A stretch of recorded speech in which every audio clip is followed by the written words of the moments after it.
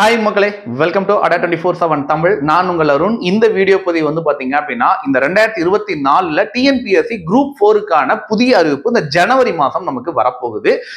Exam வந்து பாத்தீங்கன்னா June மாதம் நமக்கு சொல்லியிருக்காங்க. இப்போ நாம குரூப் 4க்கு படிக்க ஆரம்பிக்கணும் அப்படின்னா என்ன சிலபஸ் படிக்கணும், எப்படி எக்ஸாம் நடக்க போகுது, இப்பல இருந்து நம்ம படிக்க ஆரம்பிச்சோம் அப்படின்னா நம்மளால எக்ஸாம் கிளியர் பண்ண முடியுமான்ற சில விஷயங்களை பத்தி தான் இந்த வீடியோ பதிவுல நம்ம டீடைலா டிஸ்கஸ் பண்ண போறோம். குறிப்பா எக்ஸாம் உடைய சிலபஸ், டிஎன்பிஎஸ்சி உடைய குரூப் 4 சிலபஸ் தான் இந்த வீடியோ பதிவுல நம்ம பார்க்க போறோம். எஸ், இத அபிஷியல் வெப்சைட் குள்ளே நம்ம போய் செக் பண்ணிடலாம். டிஎன்பிஎஸ்சி ஓட அபிஷியல் வெப்சைட் குள்ள உள்ள வந்துருங்க. உள்ள வந்தீங்க அப்படின்னா இங்க மேல வந்து பாத்தீங்கன்னா ரெக்ரூட்மெண்ட் அப்படின்னு சொல்லி ஒரு ஆப்ஷன் இருக்கும். மூணாவதா ஒரு option, first home, about, recruitment அப்படின்னு ஒரு ஆப்ஷன் இருக்கும். அந்த ரெக்ரூட்மெண்ட் அப்படின்றத கிளிக் பண்ணீங்க அப்படின்னா ஃபர்ஸ்ட் இடத்துலமே சிலபஸ் அப்படின்னு இருக்கும். இதுல வந்து ரிவைஸ்டு சிலபஸ் அப்படின்னு கொடுத்திருப்பாங்க. இந்த ரிவைஸ்டு சிலபஸை கிளிக் பண்ணீங்க அப்படின்னா அதுல நமக்கு எல்லா எக்ஸாம்களுக்குமே டிஎன்பிஎஸ்சி குரூப் 1 குரூப் 2 சொல்லி எல்லா விதமான தேர்வுகளுக்குமே வந்து பாத்தீங்க அப்படின்னா சிலபஸ் கொடுத்திருப்பாங்க.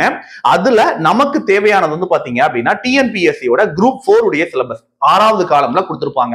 Combine civil service examination group 4 அப்படின்னு சொல்லி அண்ட் விஏஓ அப்படின்னு சொல்லி கொடுத்திருப்பாங்க. இந்த சிலபஸ் தான் பாத்தீங்க அப்படின்னா நம்ம செக் பண்ண போறோம். அது கீழேயே வந்து நமக்கு மாடல் கொஸ்டின் பேப்பரும் கொடுத்திருப்பாங்க. சரிங்களா? ரைட், இத பத்தி தான் இன்னைக்கு நம்ம டிஸ்கஸ் பண்ண போறோம். நீங்க பார்த்துட்டு இருக்கிறது நம்மளுடைய அடா 24/7 தமிழ். நீங்க நம்ம சேனலை இது வரைக்கும் சப்ஸ்கிரைப் பண்ணல அப்படின்னா சப்ஸ்கிரைப் பண்ணிக்கோங்க. நாங்க டிஎன்பிஎஸ்சி குரூப் 4 மற்றும் குரூப் 1 குரூப் 2 தேர்வு போன்ற போட்டி தேர்வுகளுக்கு நிறைய வீடியோக்கள் தொடர்ந்து கொடுத்துட்டே இருப்போம். சோ அது உங்களுக்கு வேணும் அப்படின்னா சப்ஸ்கிரைப் பண்ணிட்டு பக்கத்துல இருக்க பெல் ஐகானையும் கிளிக் பண்ணிட்டீங்க அப்படின்னா உடனுக்குடன் உங்களுக்கு அந்த வீடியோக்கள் கிடைச்சிட்டே இருக்கும்பா. ரைட், சோ இந்த குரூப் 4 சிலபஸை கிளிக் பண்ணீங்க அப்படின்னா நமக்கு இந்த மாதிரி ஒரு இது கொடுப்பாங்க. தமிழ் அண்ட் இங்கிலீஷ் ரெண்டுலயுமே சேர்ந்து இருக்கும். ரைட்டா, ஒரே பிடிஎஃப் இருக்கும். தமிழ் அண்ட் இங்கிலீஷ் ரெண்டுலயுமே உங்களுக்கு கொடுத்திருப்பாங்க. இதுல வந்து பாத்தீங்க அப்படின்னா ரொம்ப முக்கியம் என்ன, குரூப் 4 உடைய சிலபஸ் எப்படி இருக்கும் அப்படின்னு பாத்தீங்க அப்படின்னா 100 கேள்விகள் பொது தமிழ். இந்த பொது தமிழை நம்மளால மாத்தி எழுத முடியுமா சார், ஜெனரல் தமிழுக்கு பதிலா ஜெனரல் இங்கிலீஷ் எடுத்து எழுதலாமா அப்படின்னு கேட்டீங்க அப்படின்னா அதுக்கு வாய்ப்பே கிடையாது. யார் ஜெனரல் இங்கிலீஷ் எடுத்து எழுதலாம் அப்படின்னு பாத்தீங்க அப்படின்னா வந்துட்டு மாற்றுத்திறனாளிகளுக்கு மட்டுமே அந்த ஆப்ஷன் இருக்கு. வேற யாருக்கும் ஜெனரல் தமிழுக்கு பதிலா ஜெனரல் இங்கிலீஷ் எழுதுற மாதிரியான இதே கிடையாது. ரைட்டா, தமிழ் இது வந்து எலிஜிபிலிட்டி கியூ அண்ட் ஸ்கோரிங் பேப்பரா நம்ம கன்சிடர் பண்ணிக்கோங்க. அப்படின்னா என்ன சார் அப்படின்னு கேட்டீங்க அப்படின்னா தமிழ் தகுதி தேர்வு அப்படின்னு சொல்லி இப்ப எல்லா போட்டி தேர்வுகளுக்குமே நம்ம டிஎன்பிஎஸ்சி கண்டக்ட் பண்ணக்கூடிய அனைத்து தேர்வுகளுக்குமே போட்டி தேர்வுகள்ல தமிழ் தகுதி தேர்வு வச்சிருக்காங்க. இந்த குரூப் 4 வந்து பாத்தீங்க அப்படின்னா அந்த தகுதி தேர்வாவும் கன்சிடர் பண்ணிக்குவாங்க. குரூப் 4ல தமிழ்ல வந்து தகுதி தேர்வாவும் கன்சிடர் பண்ணிக்குவாங்க. அதுல இருக்கக்கூடிய மார்க்கை என்னுடைய ரேங்க்குக்கும் எனக்கு பயன்படுத்திக்குவாங்க. ரைட்டா, அப்ப எனக்கு டிஎன்பிஎஸ்சி குரூப் 4ல வந்து பாத்தீங்க அப்படின்னா அந்த பேப்பர் வேல்யூபிள் பேப்பரா நான் கன்சிடர் பண்ணிக்கணும். ரைட்டா, ஓகே. முதல்ல இந்த எக்ஸாமினேஷனுடைய அந்த இது வந்து சிலபஸ்க்கு முன்னாடி நம்ம எக்ஸாம் எப்படி நடக்கும் அப்படின்றத பார்த்தலாம்.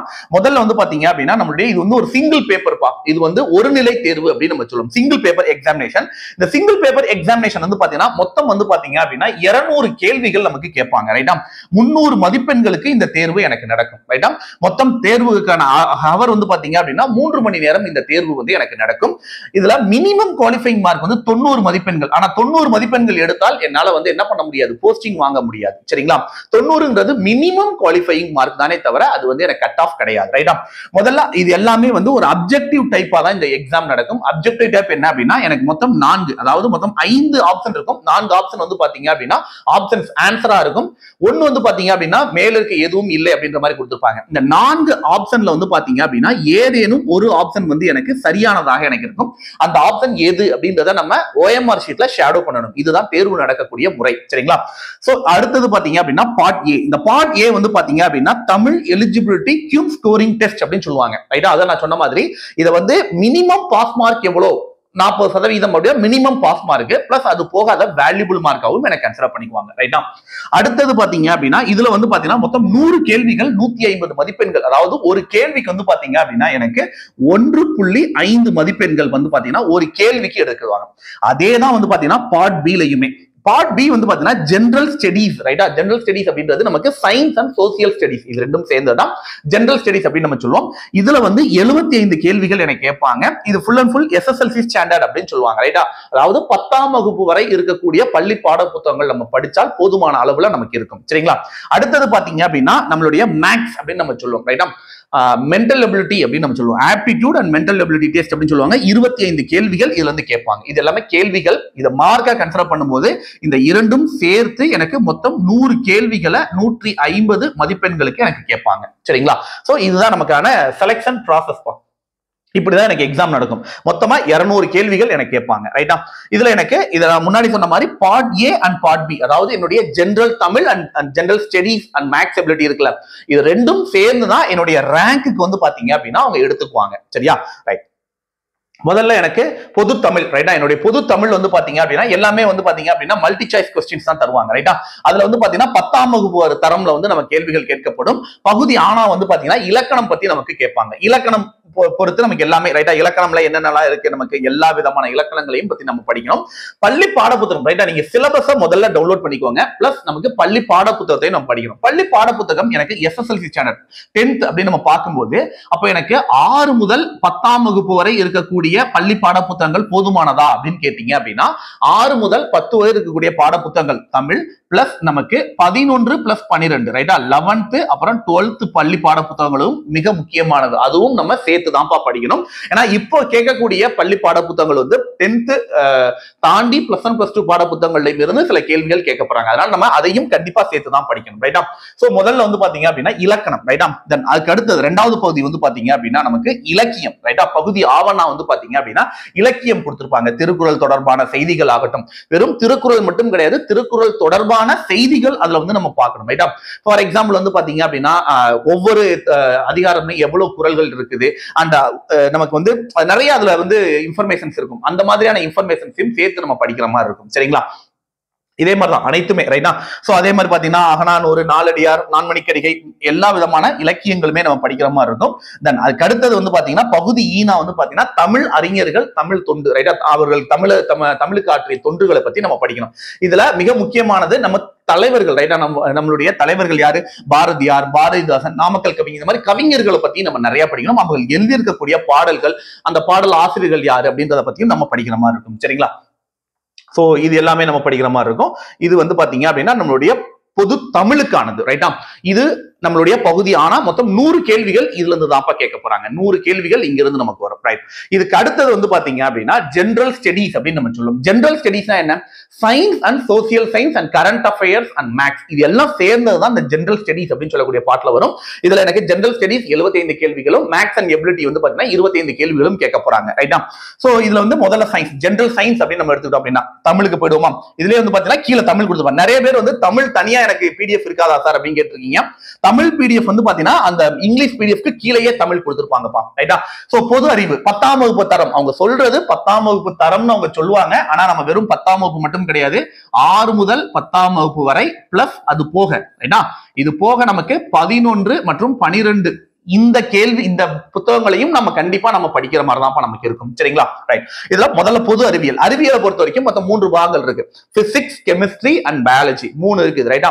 சோ முதல்ல இயற்பியல். இயற்பியலை பொறுத்த வரைக்கும் பாத்தீங்க அப்படின்னா இயற்பியல்ல என்னென்னலாம் படிக்கிறோம் இவங்க சொல்றது மேலோட்டமா தான் சொல்லியிருப்பாங்க. இங்க பாத்தீங்கன்னா ஹைஃபன் கொடுத்திருப்பாங்க. சோ இதுல இருந்து இது வரைக்கும் நம்ம படிக்கணும். அந்த ஹைஃபன்ஸ் வந்து மேக் பண்றாங்க. ஆனா நம்ம படிக்கிறது வந்து பாத்தீங்க அப்படின்னா முழுக்க பள்ளி பாட புத்தகங்கள் அட்டை டு அட்டை நம்ம படிக்கிற மாதிரி இருக்கும். பிளஸ் இந்த பாடப்பம்லாம் நம்ம கவர் ஆயிடுச்சா? ஏன்னா ஒரு சில பாடங்கள் வந்து பாத்தீங்க அப்படின்னா பள்ளி பாட புத்தகங்கள்ல நம்ம தேர்ந்த இடத்துல இருக்காது. பிளஸ் 1 பிளஸ் 2 பாட புத்தகங்களையோ இல்ல வெளியிருந்து படிக்கிற மாதிரியோ நமக்கு இருக்கும். அதையும் நம்ம கண்டிப்பா கவர் பண்ற மாதிரி இருக்கும். அதுக்குதான் எனக்கு சிலபஸையும் வச்சு நான் படிக்கணும், பிளஸ் பள்ளி பாட புத்தகத்தையும் வச்சு நாம படிக்கணும் அப்படின்னு சொல்லக்கூடியது. ரைட்டா? சோ இது வந்து பாத்தீங்க அப்படின்னா நமக்கு இயற்பியல். அதுக்கடுத்து பாத்தீங்கன்னா நமக்கு வேதியியல். ரைட்டா? சோ தனிமங்கள், சேர்மங்கள், அமிலங்கள், காரங்கள், உப்புக்கள். ரைட்டா? இதை பத்தி படிக்கிறது. அதுக்கடுத்து உயிரியல். உயிரியல் வந்து பாத்தீங்க அப்படின்னா நம்மளுடைய உடல் உயிர்களை பத்தி நம்ம படிக்கக்கூடியது எல்லாமே உயிர்கள்ல வரும். ரெண்டாவது வந்து பாத்தீங்கன்னா கரண்ட் அஃபேர்ஸ் அப்படின்னு நம்ம சொல்லுவோம். நடப்பு நிகழ்வுகள். இந்த நடப்பு நிகழ்வுகள் எப்படி இருக்கணும்? அண்மையில் நடந்திருக்கக்கூடிய நிகழ்வுகள் ஆகட்டும், அண்ட் கொஞ்ச நாளைக்கு முன்னாடி நடந்திருக்கக்கூடிய ஹிஸ்டாரிக்கல் விஷயங்கள். ரைட்டா? ரொம்ப மறக்க முடியாத சில விஷயங்கள் நமக்கு நடந்திருக்கும். ரைட்டா? அந்த மாதிரியான விஷயங்களை பத்தி நம்ம கண்டிப்பா படிக்கிற மாதிரி இருக்கும். இந்த மாதிரியான தேசிய சின்னங்கள் ஆகட்டும், குறிக்கோள் ஆகட்டும், நிறைய விஷயங்கள் நம்ம தமிழக மாநிலங்கள்ல நடந்திருக்கக்கூடிய மிக முக்கியமான விஷயங்கள், இந்திய அளவுல உலக அளவுல நடந்திருக்கும் மிக முக்கியமான விஷயங்களை பத்தி கண்டிப்பா நம்ம படிக்கிற மாதிரி இருக்கும். அண்ட் அதே மாதிரி வந்து பாத்தீங்க அப்படின்னா வந்து ஏதேனும் மாற்றங்கள் கொண்டு வந்திருக்காங்க, எதுவும் ரொம்ப நாளா வந்து மாறாம இருக்கக்கூடிய விஷயம், ஒரு மாற்றம், ஒரு சமூக மாற்றம் வந்திருக்குது, இல்லைன்னா வந்துட்டு மிகப்பெரிய ஒரு என்ன சொல்றது, ஒரு பேசும் பொருளாக இருக்கும்ல, அந்த மாதிரியான சில விஷயங்கள் ஆகட்டும், இதெல்லாம் வந்து ஹிஸ்டாரிக்கல் விஷயங்கள் அதெல்லாம் கண்டிப்பா நம்ம கொண்டு வர வேண்டியதா இருக்கும். ரைட்டா? அடுத்தது பாத்தீங்கன்னா நம்மளுடைய புவியியல். ரைட்டா? It's geography. ஜியோகிராபி தான் நம்மளுடைய புவி அமைப்பு. குறிப்பா வந்து பாத்தீங்கன்னா தமிழகம், நம்ம தமிழகம் அமைஞ்சிருக்கக்கூடிய அமைவிடம் எப்படி இருக்கு, அந்த இது இயற்கை அமைப்புகள் எப்படி இருக்கு, நம்மளுடைய மலைகள் என்னென்ன மலைகள், நம்மளுடைய இதுல வந்து நம்ம தமிழகத்துல என்னென்ன மாதிரியான தொடர்ச்சி மலைகள் இருக்குது, கிழக்கு தொடர்ச்சி மலை, மேற்கு தொடர்ச்சி மலை எல்லாம் சொல்லுவாங்களா, அந்த மாதிரியான நமக்கு என்னென்ன மாதிரியான தொடர்ச்சி மலைகள்லாம் இருக்குது அப்படின்றத பத்தி பார்க்கக்கூடியது. அண்ட் அதுக்கு அடுத்து பாத்தீங்கன்னா நம்மளுடைய இந்தியாவினுடைய வரலாறு மற்றும் பண்பாடு. இது வந்து பாத்தீங்கன்னா நம்மளுடைய ஹிஸ்டரியில வந்து இந்தியாவினுடைய வரலாறு. ரைட்டா? நம்ம தமிழக வரலாறு நம்ம தனியா படிக்கிற மாதிரி இருக்கும். இது இந்தியாவினுடைய வரலாறு. அதே மாதிரி பாத்தீங்கன்னா இந்தியா ஒரு மதச்சார்பற்ற நாடு, இந்த மாதிரியான விஷயங்கள் எல்லாமே வந்து பாத்தீங்க அப்படின்னா நம்மளுடைய இதுல வந்து படிக்கணும். அதே மாதிரி பாத்தீங்கன்னா பாலிட்டி. ரைட்டா? சோ அதே மாதிரி இந்திய ஆட்சியல். ரைட்டா?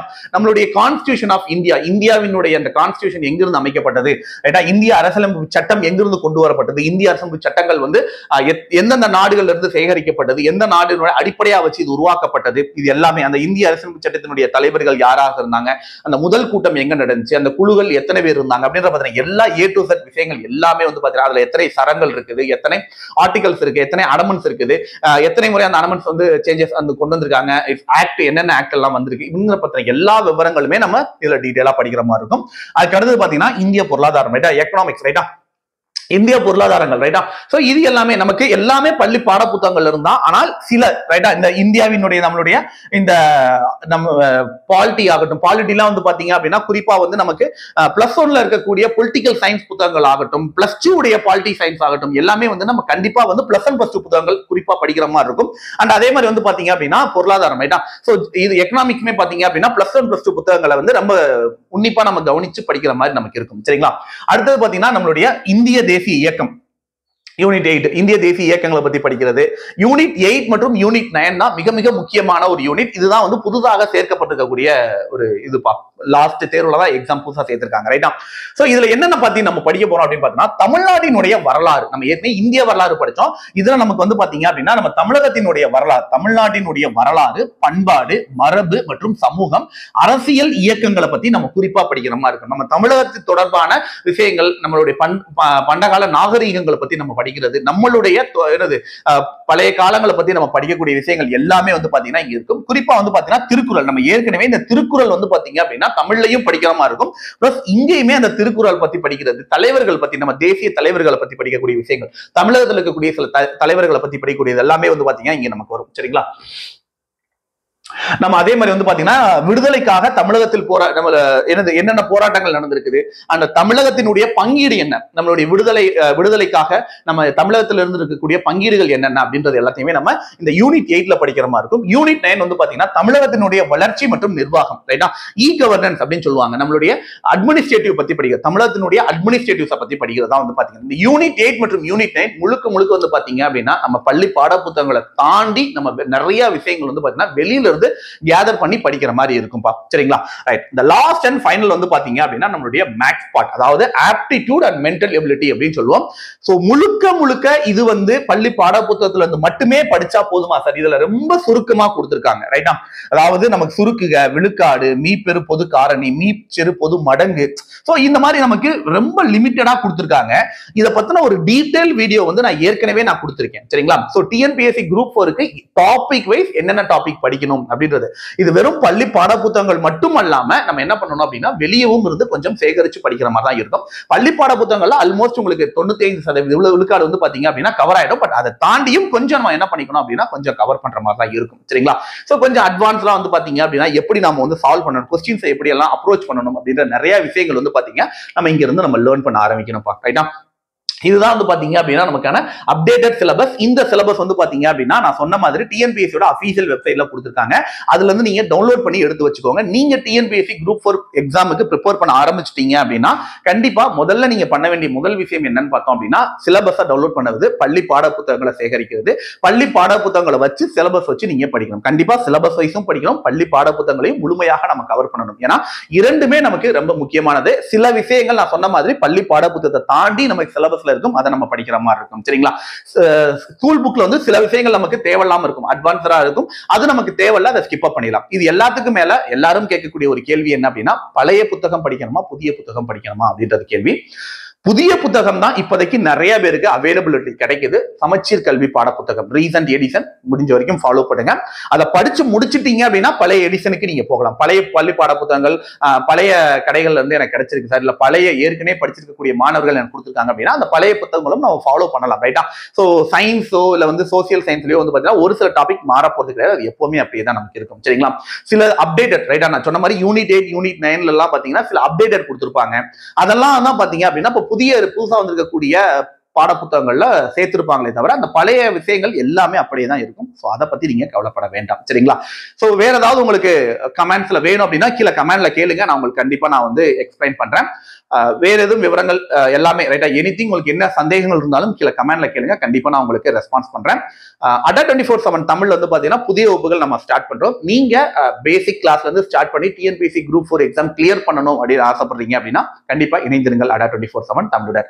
அடா 24/7 அப்படின்ற மொபைல் ஆப் வந்து கூகுள் பிளே ஸ்டோர் மற்றும் iOS-லயும் உங்களுக்கு அவைலபிள் இருக்கு. ஸோ வேணும் அப்படின்னா யூஸ் பண்ணிக்கோங்க. மிக்க மகிழ்ச்சியா, நன்றி, வணக்கம். மீண்டும் அடுத்த ஒரு வீடியோ பதிவில் உங்களை நான் சந்திக்கிறேன். நன்றி, வணக்கம் மக்களே.